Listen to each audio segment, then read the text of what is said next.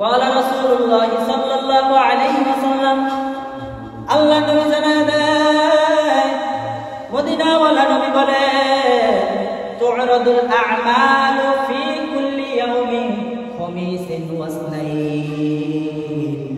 আল্লাহ নবী জানায় দেয় প্রত্যেকটা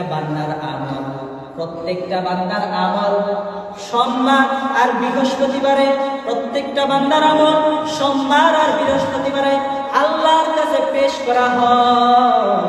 প্রত্যেকটা বান্দার দুনিয়ার আমল যা করে সোমবারে আর বৃহস্পতিবারে আল্লাহর কাছে পেশ করা হয়। আল্লাহ নবী জানায় দেয় ফায়াগফিরুল্লাহু আযজা ওয়া জাল্লা ফি যালিকাল ইয়াউম লিকুল্লি ইমরিইন লা ইউশরিকু বিল্লাহি শাইআ।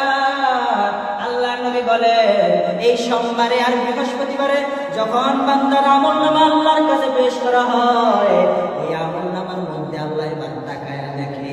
যদিও আমার আল্লাহ আগে দেখে, তারপর ওই আমলনামা ফেরেশতারা পেশ করার পরে আল্লাহ তাআলা এই আমলের দিকে তাকায় দেখে আমলের মধ্যে কি কি গুনাহ আছে।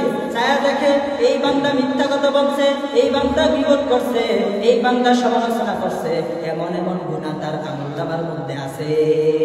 আল্লাহ এবার তাকায় দেখে বান্দার আমলের মধ্যে কোনো শিরিক আছে কিনা।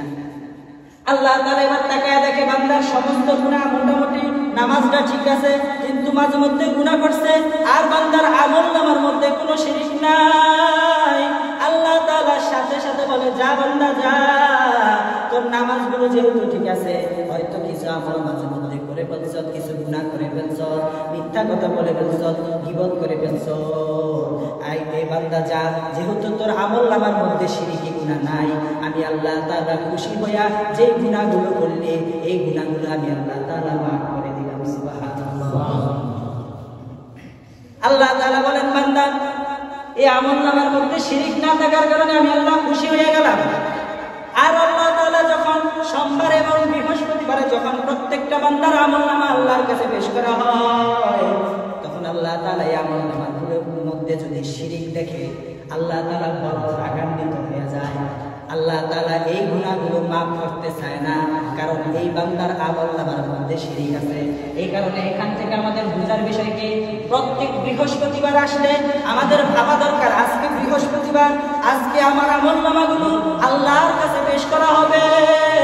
সোমবার থেকে বৃহস্পতিবার পর্যন্ত এর মধ্যে এই সোমবার থেকে বৃহস্পতিবারের মধ্যে আমি কি কি গুনাহ করছি, সুদের গুনাহ আছে কিনা, ঘুষের গুনাহ আছে কিনা, মিথ্যার গুনাহ আছে কিনা, এই